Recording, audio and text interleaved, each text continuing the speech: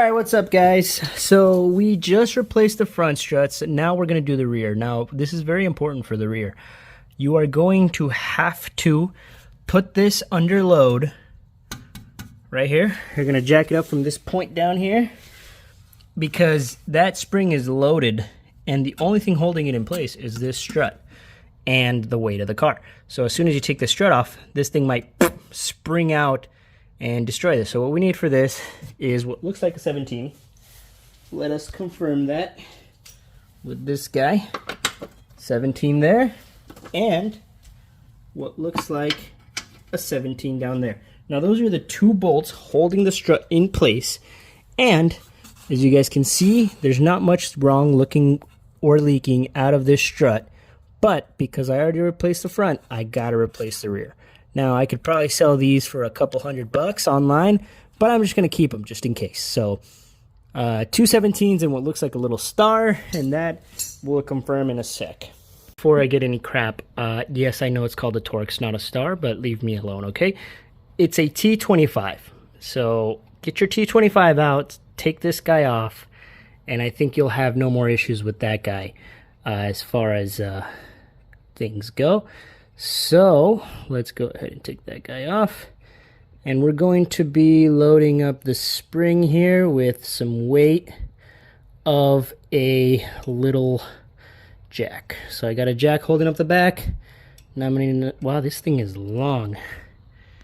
Okay, so she said. And now let's take off the two 17s after we spring load the bottom. I forgot to hit record. Anyway, I think this shock was totally fine. This thing is stiff, and I'm talking really stiff. I don't know if that's a good thing or not, but it was definitely holding this thing up. But it's two 17s. You are gonna need a screwdriver to be able to wiggle his way. Like I'll show you guys in the next one. But I don't think there's a left and a right because they both look identical. The only difference that I see between the two is this one looks a lot beefier. So I'm regretting putting these shocks on. But like I said, I'm keeping them. They don't look like they're leaking, and sure as hell don't look bad.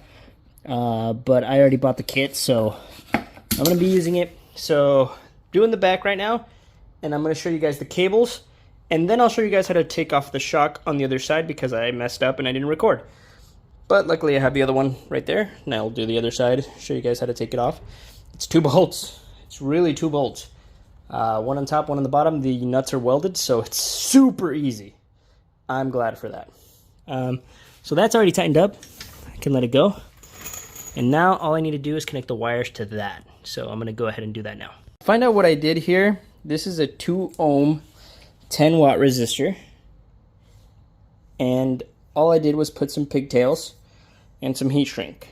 No fancy, no nothing. So these pigtails are going to go to this, which I cut off the lead.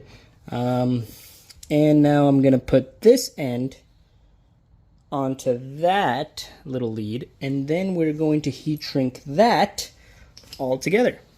If that doesn't make sense, you probably shouldn't be doing this. So all you have to do is now put the heat shrink over this side, and then cut those two wires, connect them to here, and then these guys will connect together, and you'll have a solid connection.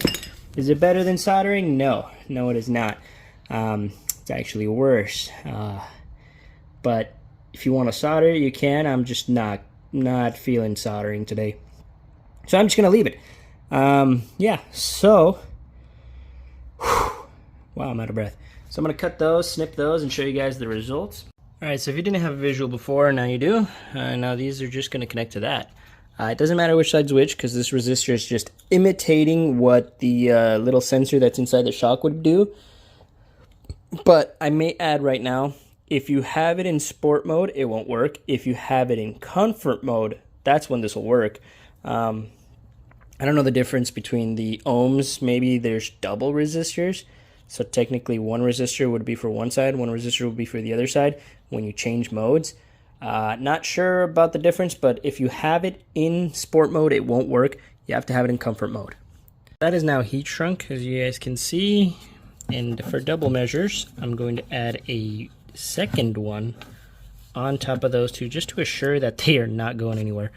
And just for more water security, I know water doesn't really get up here because it's pretty high up, and I'm probably going to need a zip tie right there to be able to get it out. So yeah, I'm going to zip tie it right up here, and then it'll be out of the way and out of sight. So out of sight, out of mind.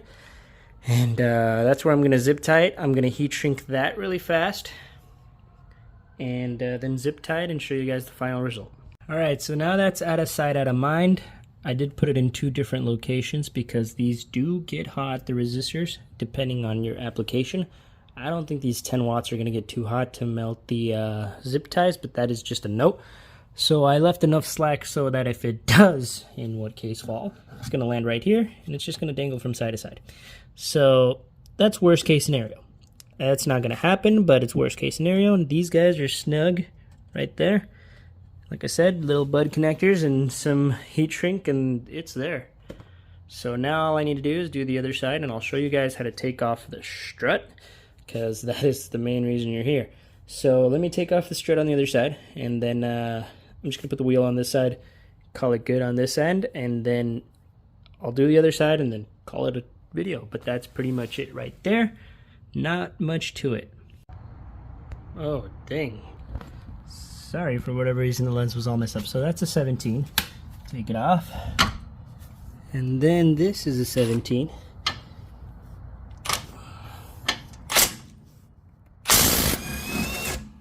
Take that guy off.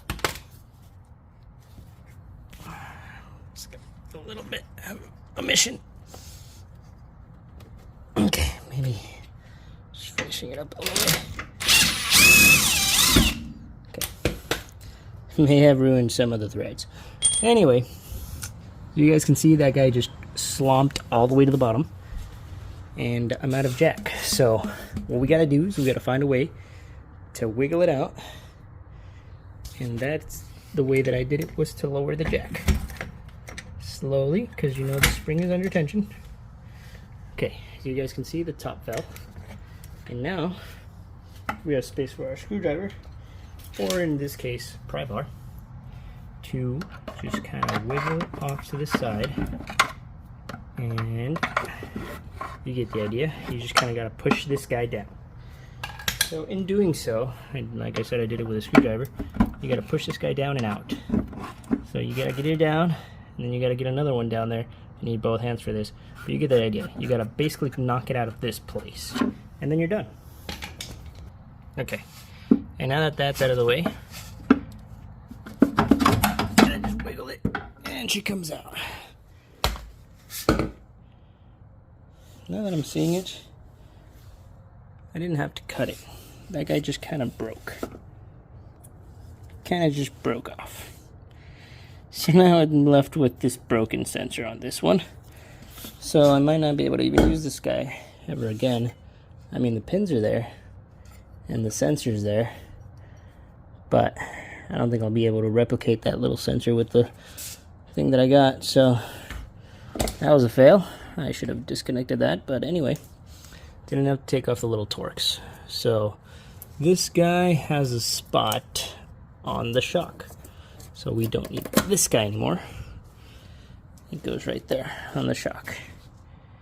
So that guy's there, and now we need to just put on the new shock and call it a day, guys.